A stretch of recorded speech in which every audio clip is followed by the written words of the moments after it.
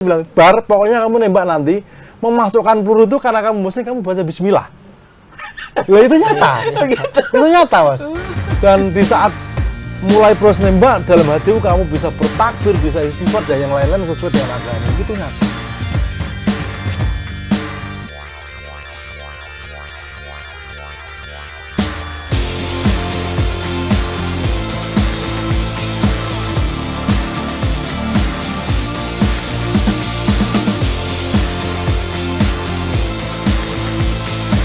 Kita sekarang ngobrol ke karir, Mas.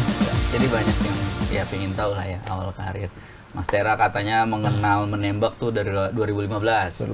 Ketika UNJ membuka apa? Bukan UNJ-nya, Perbakinya mencari ke memasang pamflet lah. Saya memasang pamflet waktu itu. Nah dari situlah Mas mendaftar. Nah ini bisa diceritain dulu, Mas. Mas lahir di mana? Terus sampai masuk UNJ tuh gimana tuh? Ya, kalau saya lahir asli Padang, lahir di Jakarta. Bapak Ibu Padang. Bapak Ibu Padang, saya lahir di Jakarta, kecil besarnya di Bekasi. Kenal Jakarta di kampus, di UNJ. Masuk UNJ 2014. Oh, ini SD, SMP semua Bekasi? Bekasi semua. Bekasi semua. Tahu Jakarta tuh karena kuliah di Jakarta aja di UNJ. Kenapa UNJ? Ya, rezekinya di sana. Memang pilihan awalnya pas setelah lulus daftarnya ke sana. Ya, Jadi basic saya itu memang main bola. Saya kan jurusan olahraga ya. Jadi di kampus itu mahasiswa wajib memiliki cabang olahraga di luar akademis ya. Jadi mahasiswa wajib punya cabang olahraga yang ditekuni. Kalau saya main bola, bola doang. Karena basic saya main bola emang. Bisa lah kalau sekarang main bola masih bisa. Iya. Ya kan? Tapi masuk tahun 2014 ya. Saya mikir, masa iya saya bisa jadi timnas gitu ya. Minder lihat ratusan mahasiswa olahraga kan, ada senior, ada ini. Pasti milih senior duluan lah.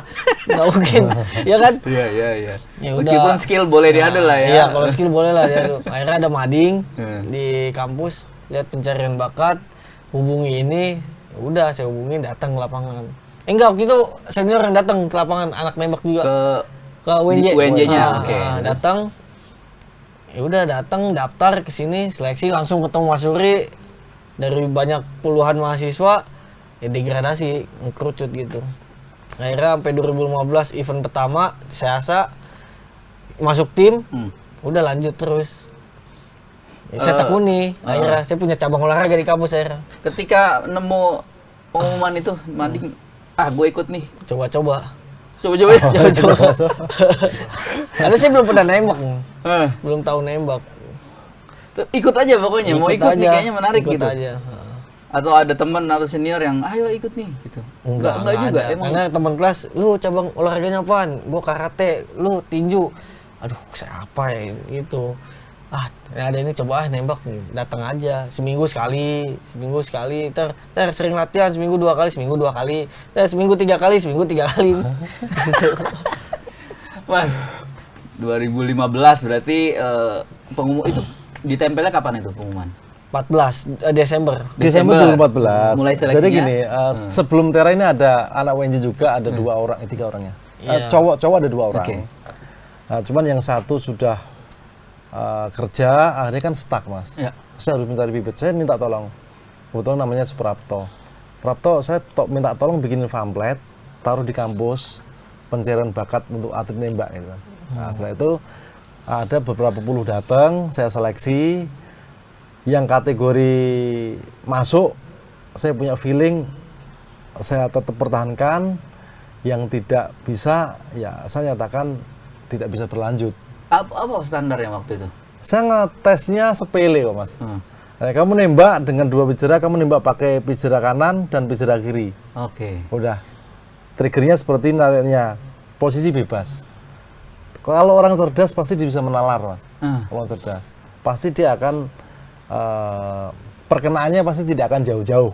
Minimal kalau disentiin pasti dia akan lebih dekat. Ngumpulnya dekat, enggak mencar, enggak jauh gitu loh. Nah, dari hasil itu bisa kelihatan gitu loh. Oh, berarti yang saya omongkan walaupun sepatah 2 patah kata dia nyambung gitu. Nah, mengumpul sekian orang, ada juga yang terdegradasi secara alam karena capek, Itu. Seleksinya Karena lama ya? pembentukan pertama memang capek, Mas. Pembentukan otot-otot pertama itu capek.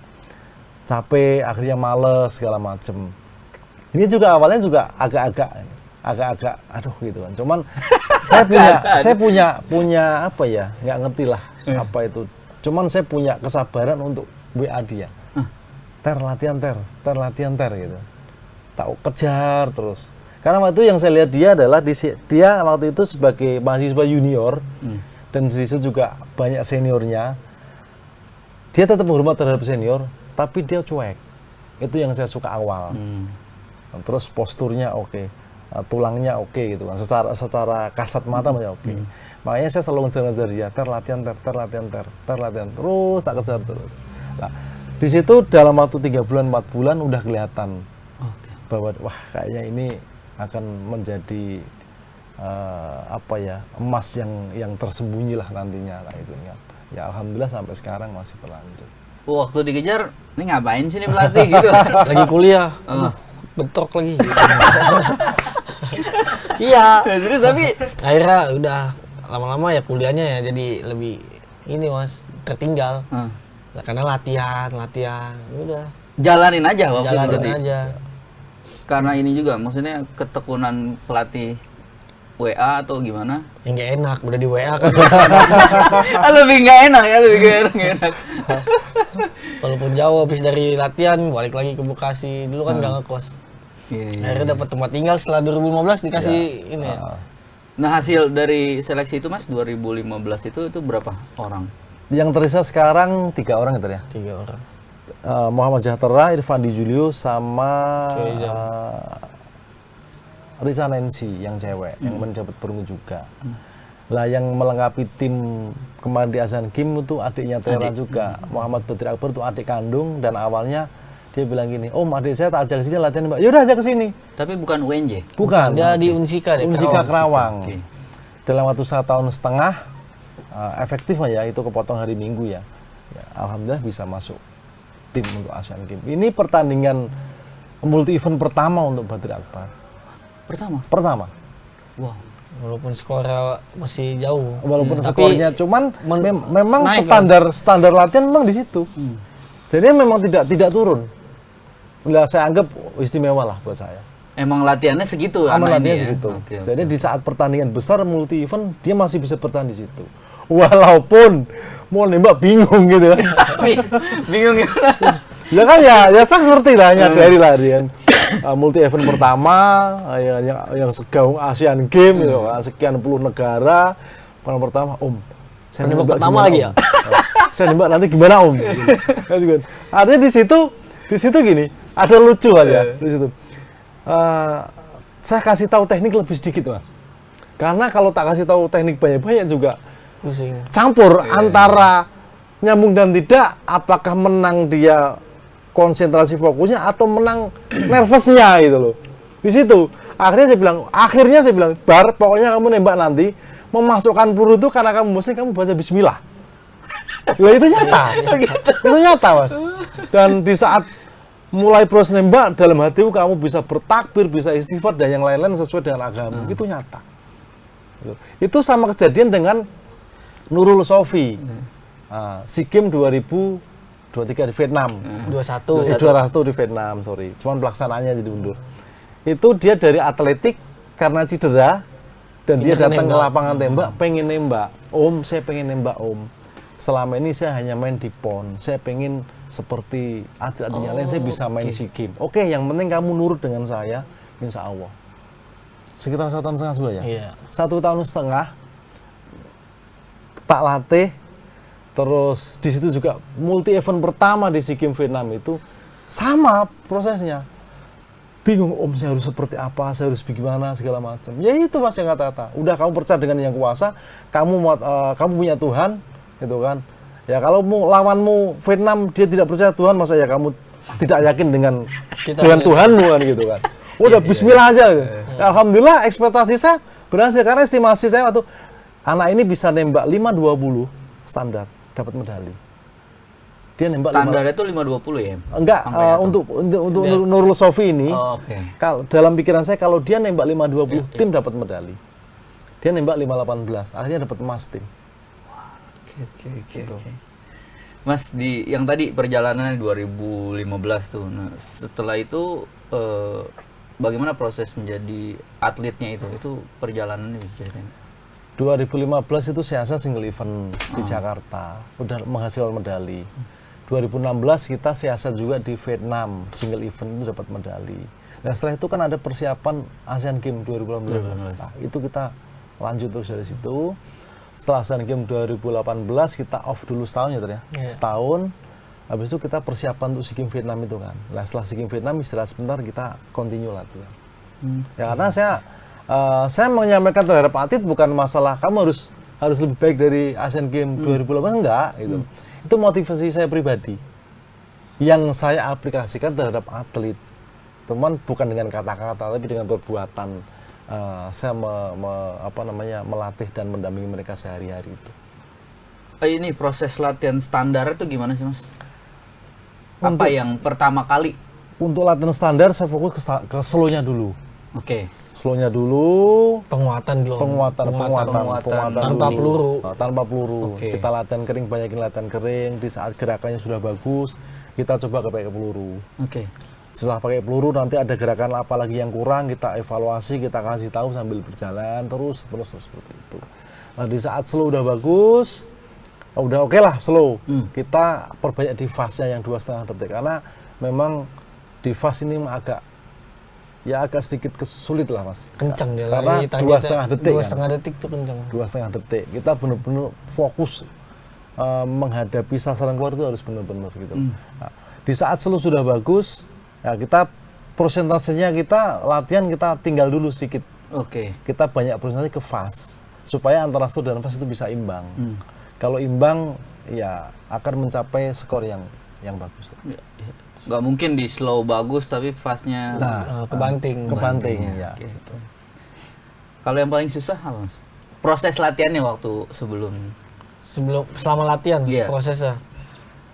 Ya itulah Mas, kadang pikiran-pikiran yang nggak jelas Mas. itu aja ya itu Iya sebenarnya itu doang. Kalau secara latihan mah fisik mah kuat, latihan 1000 butir sehari juga masih kuat. Tapi kalau pikirannya terkontaminasi aja dengan hal negatif dari orang lu diomongin begini-begini, nah itu kadang nusuknya di situ sih Mas. Oke. Ya kayak contoh punya pacar lah, ya. Yang pacar yang tidak mau tahu dengan kondisi dia yang harus latihan itu berpengaruh. Lu latihan mulu waktu sama gua kapan? Nah gitu. itu Itu juga sangat berpengaruh. jadi latihan nanti jalan sama cewek kayak ini aduh. Oke. Pengen buru-buru selesai cepet latihan juga ngaruh itu ya. Makanya banyak atlet saya tuh tak suruh cerita sedetail mungkin. Walaupun tentang pacar pun tak suruh cerita. Karena ya minimal karena gini, usia kan lebih tua ya saya. Artinya pengalaman punya pacar kan mungkin saya bisa tularkan kan gitu kan. Apalagi kita posisi atlet kan. Jadinya kalau seandainya punya pasangan atau pacar ya yang harus mengerti dengan kita saat ini. Kita jam berapa latihan, kita jam berapa istirahat. Jangan sampai di saat kamu latihan terus dia telepon yang tidak terangkat, dia marah. Itu kan bisa berpengaruh terhadap feel-nya. Kalau fisik sih oke Mas. Mau latihan sampai kapan nggak ada masalah. Cuman di saat pikiran kita itu terganggu, itu akan berpengaruh terhadap kualitas latihan itu sendiri. Berarti ini ya Mas ya, maksudnya membentuk atlet menembak tuh tidak harus dari usia dini. Ya sebaiknya dari usia dini. Sebaiknya dari usia dini. Tapi persoalan di kita ya kompetisi dan minat mungkin ya. Saat ini kompetisi sudah bagus Mas. Kompetisi oke. Saat ini kompetisi sudah bagus. Makanya sekarang sudah mulai banyak atlet-atlet junior kan. Sekarang sudah mulai banyak. Dan itu saya yakin ya sangat positif untuk membentuk tim atlet yang akan bertanding di multi event yang akan datang. Oke. Nah, tadi cerita profilnya Mas Tera udah Mas Ruri bisa tolong dikisahkan Mas, kan mantan atlet juga, marinir juga kan. Itu boleh diceritain Mas dari zaman di Purwodadi Mas? Saya lahir di Purwodadi, ya kan? Gerobokan Jawa Tengah. Bapak dan ibu saya seorang petani. Mas berapa bersaudara? Saya anak pertama, adik saya 2 cewek dan terakhir cowok. Wah itu suka dukanya benar-benar hebat. Artinya seorang petani yang zaman dulu kan hasil sawah juga tidak cukup hanya untuk makan, Mas. Artinya saya SD, SMP itu saya sempat mondok, Mas. Oh, gimana? Orang tua itu, orang tua saya itu menyarankan saya untuk mondok karena mungkin mondok kan biaya ringan, Mas ya. Iya. Biaya ringan. Cuman karena mungkin tidak bakat jadi kiai ya gitu. Mondok 2 tahun saya pergi, Mas. Kabur dari pondok sampai ketua OSIS di pondok itu datang ke rumah. Itu datang ke rumah. Akhirnya bapak saya marah, akhirnya saya pindah ke Madrasah Sanawiyah. Itu di Purwodadi? Di Purwodadi masih di Gubuk gitu. Nah, setelah Madrasah Sanawiyah, orang tua saya sudah tidak sanggup untuk menyulahkan saya SMA. Karena dengan keterbatasan dana itu. Akhirnya gimana caranya saya bisa sekolah SMA. Saya daftar sendiri. Saya kalau pulang sekolah itu cari rumput. Ya kan? 3 karung rumput itu yang saya jual kepada orang-orang yang punya kambing. Zaman segitu 1 karung rumput itu 750.000. 750 rupiah. Nah, gitu loh. Nah, setelah itu saya setelah jual rumput itu sore ngangsu karena belum punya pam sendiri zaman dulu orang tua ngangsu gitu kan. Ngangsu itu cari air di sumur orang. Oh, gitu. Nah, itu kan. Oh, bukan di kali, Mas? Bukan, di sumur orang. Ya, sumur udah orang. Ini ya. Nah, setelah itu ngangsu, ngaji sebentar, malam saya tidur di musola, Mas. Karena kebetulan waktu saya kecil yang punya musola itu Pak Lurah. Satu-satunya. Yang punya TV juga di lingkungan saya juga satunya Pak Lurah itu. Jadi di saat saya habis sholat subuh, saya ngisi kolahnya dia. Kolah itu bak mandi aja. Karena waktu itu belum ada pam, adanya sumur kerekan itu kan. Tak isi sampai penuh setiap pagi. Nah, saya sekolah itu dikasih sangu 100 rupiah sama Pak Lurah itu. Oh, sekarang masih hidup. Orangnya Pak Lurah itu, Pak Harto namanya. Masih ingat. Nah, saya dikasih sangu 100 rupiah. Kalau malam saya dikasih makan. Nah, itu perjuangan saya. Nah, setelah kelas 2 SMA, saya kebetulan waktu itu ada pembukaan trayek baru bis itu yang kayak Kopaja itu. Saya pulang sekolah ngernet. Nah, ngernet, sambil pulang sekolah ngernet, sampai nyuci mobil bisnya itu saya 1 hari dapat duit 1.500 rupiah. Itu dari mana ke mana rutenya itu? Rutenya dari Semarang ke Karangrayung lah, ada suatu kecamatan itu. Udah dicariin dulu tuh. Nah, lewat depan saya itu. Lewat depan saya itu. Enggak lah ya, enggak dicariin lah ya, Mas. Nah, setelah itu ya udah dari situ setiap hari itu. Jadinya saya sekolah juga termasuk bandel saya, Mas. Bandel. Nggak ngerti apa-apa lah. Buku 1 aja saya lipet ini nggak habis-habis ini taruh saku belakang. Karena fokus ya mencari kehidupan itu, Mas. Iya. Setelah saya lulus SMA, saya berpikir kalau saya tidak kerja, saya merantau ke Jakarta pasti, ya mohon maaf, pasti saya kerja proyek. Iya. Karena di lingkungan saya itu di daerah Gerobokan tuh terkenal orang proyekan, Mas. Banyak. Kerja kuli bangunan itu, gitu loh. Akhirnya saya daftar tentara waktu itu. Tahun 94, lulus sekolah pas itu daftar tentara. Pertama saya daftar tentara Angkatan Darat, gagal di Jasmani waktu itu. Kenapa tuh? Apa, Mas? Kayaknya waktu itu berat badan saya kurang. Gitu kan. Nah, dari pengalaman itu juga saya pakai, Mas. Dengan tahun yang sama, saya masuk Angkatan Laut hari terakhir. Nah, saya bilang sama ibu saya, "Ibu, saya besok mau daftar Angkatan Laut." Nggak usah, orang kemarin udah nggak terima, gitu kan. Karena saya itu naik bis nggak bayar berkas kernet, ya tetap jalan, gitu kan. Tetap jalan daftar. Di saat tes kesehatan, Mas, berat badan itu dan postur, saya juga belajar dari pengalaman. Kalau saya gini-gini aja, saya akan gagal di berat badan. Sebelum peninggalan berat badan, postur itu, saya makan pepaya 1 dan air mineral itu 1 liter. Supaya berat badan saya di saat ditimbang memenuhi syarat. Nah, itu. Nah, itu ya kadang-kadang lucu gitu. Nah, setelah jadi tentara, saya dinas di Surabaya. Jadi itu dapat tuh? Dapat lolos. Daftar Angkatan Laut lolos. Saya dinas di Surabaya. 94 juga? 94, 9 pendidikan kan, 95 lulus. Di situ ada seleksi dari KONI. Dari KONI bekerja sama dengan Mabes ABRI dulu ya. KONI Jatim? KONI Pusat. Oh, KONI Pusat, KONI Pusat bekerja dengan ABRI, Mabes ABRI waktu itu menjaring calon-calon atlet yang usia waktu itu zaman saya itu yang usia masih muda, kelahiran 76 waktu itu. Nah, saya masuk lulus seleksi di satuan. Dibawalah ke Cilodong itu di Kostrad, di situ ada gor. Terkumpul sekitar 1.000 orang. Tentara semua. TNI AD, TNI AL, TNI AU plus Polri. Nah, di situ didatangkanlah pelatih dari Cina. Pelatih pistol, pelatih senapan, pelatih running target dan pelatih shotgun. Oke. Jadi yang memilih itu, yang nyeleksi itu dari Cina itu, pelatih Cina itu. Jadinya, oh kamu cocoknya di senapan, kamu cocoknya di ini ya. Saya cocoknya kebetulan juga di running target, Mas. Awalnya juga nggak minat itu loh, karena saya enakan senapan, habis itu sasarannya diem kan gitu ya. Jadi karena dipilih oleh pelatih Cina untuk running target, ya mau nggak mau yaudahlah kita tekunin gitu. Nah di 97 itu awal saya masuk timnas pelatnas itu. SEA Games 97 kan kebetulan di Jakarta waktu itu. Terus berjalannya waktu, SEA Games Laos, SEA Games Vietnam, SEA Games Laos sampai SEA Games Indonesia, Jakarta Palembang 2011. Setelah itu saya stop, saya ngambil license kepelatihan dan saya belajar melatih. Waktu melatih juga pusing Mas apa-apa. Karena saya tidak, ternyata semua orang tidak bisa saya paksa untuk seperti saya. Latihan harus kencang, itu nggak bisa. Disiplin nggak beda. Bingung juga lah, akhirnya bingung juga, stres ya. Gimana nih? Tapi berjalannya waktu, saya lama-lama bisa menyelami dan mendalami. Oh ternyata setiap masing-masing orang itu berbeda-beda karakter, berbeda-beda sifat, berbeda-beda cara menelaah dan lain. Akhirnya disitulah saya belajar banyak dari pengalaman itu. Akhirnya alhamdulillah bisa membawa anak-anak didik saya membawa nama bangsa dan negara di kancah olahraga Asia dan Asia Tenggara. Berarti status aktif? Masih aktif. Apa?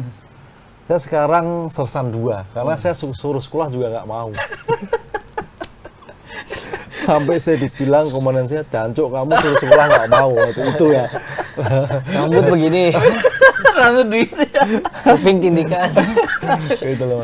Itu perjalanan kisah lah, cuman itu sebagai aspirasi kadang-kadang. Itu kadang-kadang saya ceritakan terhadap anak-anak supaya ada motivasi itu bahwa orang untuk sukses itu tidak gampang. Perlu kesabaran, perlu ketelitian, perlu kerja keras, perlu ya segala macam lah, doa dan yang lain-lain.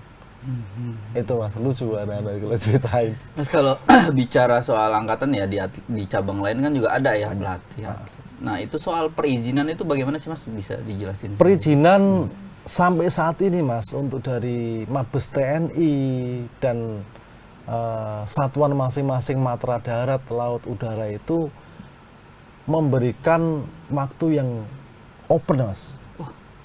Memberikan waktu, sangat care bapak-bapak atau beliau-beliaunya itu. Selama itu untuk negara ya? Selama ini untuk negara. Artinya apa? Kamu jadi tentara, mengabdi itu tidak harus jadi tentara aja. Di saat kamu punya keahlian lain, kamu juga bisa mengabdi ke negara dengan keahlianmu itu. Dan sampai saat ini juga masih banyak Mas ya, atlet-atlet yang statusnya TNI, Polri kan banyak. Bahkan sekarang TNI Polri juga merekrut dari jalur prestasi atlet saat ini, dari cabur apapun. Makanya kayak dayung, karate segala macam, hampir di semua lini cabur olahraga ada di situ 1-2 orang dari TNI Polri pasti ada. Karena memang pimpinan-pimpinan kita itu memberikan waktu yang sangat bagus lah buat kesempatan yang sangat bagus terhadap anggota-anggota TNI Polri yang berkontribusi untuk mengharumkan nama bangsa dan negara di bidang olahraga. Setelah ini Mas, kita bicara selanjutnya ya ke Mas Tera. Ya berharapnya bisa tampil ya, nomor ini bisa tampil di Olimpiade. Nah untuk ke arah sana kan masih banyak hal yang perlu dilakukan ya, federasi atau tingkatan di atas yang lainnya. Nah tapi bayangan Mas Tera, Mas Sururi ini kedepannya setelah sukses ini apa? Apa yang akan dilakukan? Habis ini kebetulan dalam waktu dekat juga kita ada kecangguan single event tapi khusus nembak aja, karena juga itu sebagai bahan untuk mendorong supaya nomor running target bisa dipertandingkan lagi di Olimpiade. Ya, kita ke depan belum tahu real jadwalnya seperti apa. Cuman harapan saya di tahun-tahun berikutnya juga kita bisa ngikutin event-event yang ada di luar negeri. Ya kalau untuk nasional kita tahun depan ada PON kalau nggak salah. Kita fokus ke itu sambil ngikutin pertandingan-pertandingan di luar negeri. Cuman schedule-nya memang biasanya di Januari baru rilis karena tahun ini udah habis. Mas juga bagaimana nih menghadapi ini? Kalau kedepannya saya tetap latihan, mau eventnya nanti ada atau enggak, yang penting saya ready latihan. Oke. Nah ini soal bonus. Wah. Pasti ada bonus dari pemerintah sebagai 2 medali emas kan, ya cukup lah bonusnya. Nah, ini bicara bonus yang sudah didapat, yang akan didapat nih biasanya digunakan buat apa, Mas? Kalau nanti yang akan dapat, saya belum ada pandangan. Tapi saya akan konsul terus istri gimana kita ke depannya. Konsul sama mertua, sama orang tua, tetap saya konsul. Sama Pak De Luri. Menyarankannya apa, Mas? Saya menyarankan gini. Bikin kos-kosan. Udah, nanti Tenang kalau dulu seandainya sih, rezeki itu sudah ada, dari apresiasi dari pemerintah sudah ada, kamu calling down dulu. Oke. Ya kan? Udah relax aja dulu. Jangan buru-buru atau jangan gelap mata. Pengen beli ini, pengen beli artinya itu di ya. saat kamu punya duit banyak, terus kamu pengen rumah yang mewah, kan juga nanti jangan sampai kamu nyesel belakangan. Mendingan ya rumah yang cukup, yang penting nyaman buat keluarga, sisanya ditabung buat masa depan anak, itu akan lebih indah.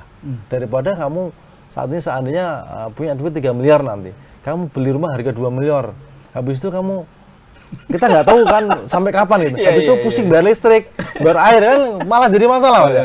Mending yang sederhana, nyaman, ya kan minimalis ya halaman ada segala macam. Mungkin kalau bisa buat lapangan sendiri kan gitu kan, 2 atau 3 land gitu kan, buat latihan di rumah kalau bisa. Sisanya ditabung buat masa depan anak atau buat usaha yang lain. Saya nyaranin seperti itu. Karena kan banyak juga pengalaman-pengalaman yang sudah-sudah kan. Di saat punya duit banyak, gelap mata, akhirnya semua dibeli. Kalau semua dibeli, nggak ada sisa, bingung juga, gitu loh. Akhirnya ada penyesalan. Tapi kan penyesalan itu kan nggak mungkin kan sesuatu yang dibeli itu dijual kembali itu kan, ya. Makanya mendingan calling down dulu, menata itu pelan-pelan, konsultasi dengan orang tua, dengan istri yang terbaik yang seperti apa. Jadinya kalau saran saya, harus ada yang jadikan wujud sesuatu sebagai kenangan bahwa kita sudah berjuang di Asian Games untuk bangsa dan negara. Juga harus ada yang disisakan atau ditabung, sisihkan untuk usaha dan masa depan anak nanti. Kalau Mas Rudi, apa yang sudah dilakukan terhadap bonus-bonus yang udah didapat?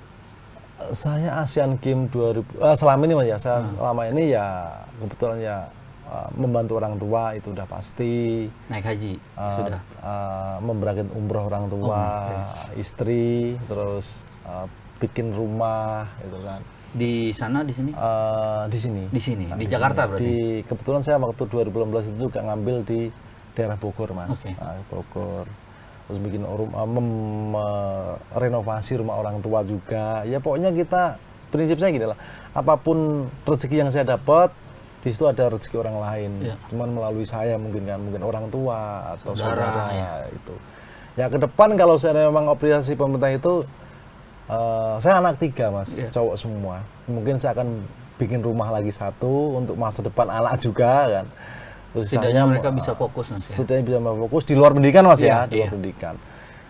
Sisanya ya saya tabung buat sekolahnya anak-anak lah. Kalau Mas udah apa? Bonus yang 2018 saya pakai ya mungkin beli kendaraan. Dulu kan masih bujang kan. Iya, udah. Dan masih ada sisanya kan sampai sekarang. Kalau nanti untuk kedepannya ya pengen punya sesuatu benda yang ini hasil dari tanding kemarin gitu. Ya, contoh kayak mungkin rumah atau ya rumah lah, kalau kendaraan mah udah ada gitu. Iya.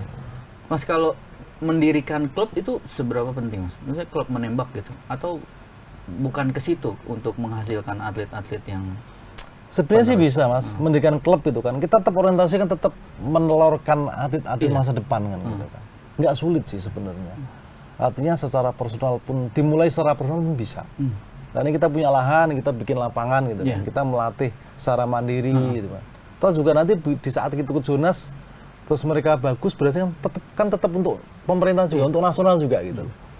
Bisa ya. Cuma nanti setelah itu klub mulai ini tetap harus di bawah naungan, kalau di Jakarta ya di bawah naungan Pemprov Perbakin DKI Jakarta. Nah, mungkin terakhir Mas, saya mau tahu harga-harga outfitnya tuh menembak senapannya berapa, terus jaketnya berapa, itu Kalau dijelasin nembak air rifle mat itu ya, Teh, ya? Pistol lah yang agak simpel. Kalau pistol aja mungkin kemarin 40 lah. Tapi beda merek, macam-macam sih mereknya. tergantung merek. Angin itu angin ya, bukan yang api. Kalau senapan saya running target itu teleskop sama senapan bisa. Senapannya aja 52, tapi mereknya ya, beda merek juga ya. Dan teleskopnya juga 50 ya, 100 lah kalau itu. Itu uang siapa? PB. PB. PP. Kalau untuk sementara yang kita pakai ini Inventaris itu semua. Inventaris PP semua. Oke. Cuman tahu harga aja saya. Punya pribadi ada? Saya punya satu, cuman kurang cocok. Oke. Makanya saya balik lagi pakai inventaris PB. Punya saya satu, tapi karena nggak cocok Beda merek, pegangannya, Mas. saya takut nanti buat tanding, takut napa-napa, lebih baik saya balik lagi pakai inventaris PB. Nah kalau ini jaket tadi Jaket 25, juga paling bagus 25. ada yang Tipe-tipenya sih, Om. 25 itu yang Jerman punya lah. nggak ada yang lokal buatan Ada lokal? lokal. Ada. Ada Tapi Mas. diakuin nggak? Diakuin. Diakuin. Diakuin.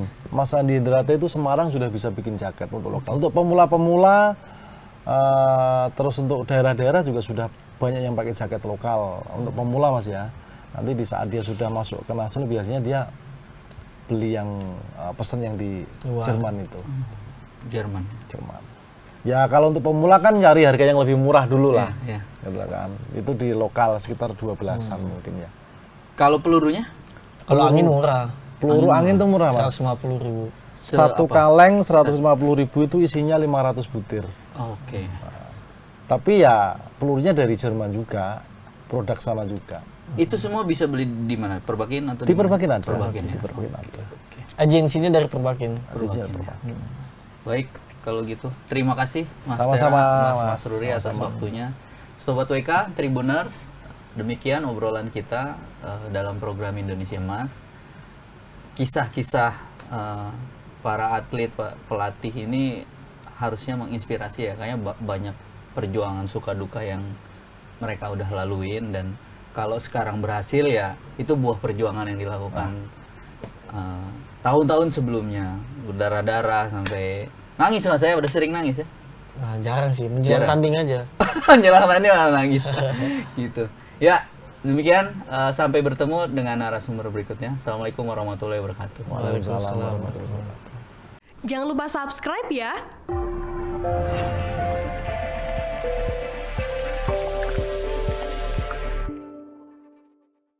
Jangan lupa subscribe ya.